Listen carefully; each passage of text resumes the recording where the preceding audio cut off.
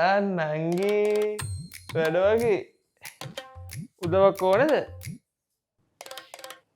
අනේ අයියේ මොකක්ද අයියේ මේකේ තේරුම?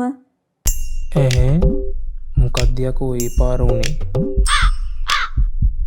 මම උදේ නැගිටලා අයියේ රෙදිත් හොදලා අයියේ පහනක් තියලා අයියේ කෑමත් හැදුවා අයියේ. ඔයා ඒ වෙලාවේ මොනවද කරේ අයියේ? ඔයා ඇඳට වෙලා ෆෝන් එක ඔබ හිටියා අයියේ. ඊට පස්සේ අයියේ මම කෑම කාලා ඔයාට කෑමයකුත් බෙදලා තිබ්බා අයියේ. පස්සේ බලනුත් හේදුවා අයියේ. ඒව කළා මිදුලත් අතු ගෑවා අයියේ. ඔයා ඒ වෙලාවේ මොනවද අයියේ කරේ? ඔයා ඇඳට වෙලා ෆෝන් එක ඔබ හිටියා අයියේ.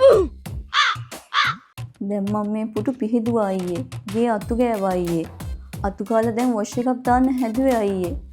ඔයා ඒ වෙලාවේ මොනවද අයියේ කරේ? ඔයා ඇඳට වෙලා ෆෝන් එක ඔබ හිටියා අයියේ.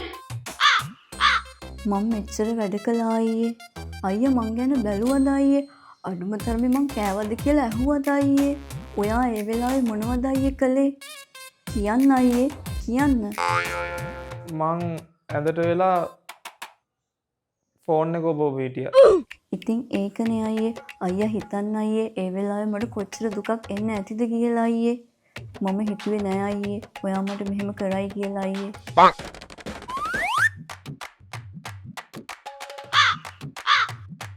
දැන් මේ සේරම වැඩි ඉවර වුණාට පස්සේ අයියේ ඔයා ඇවිල්ලා අහන උදව් ඕනේද කියලා.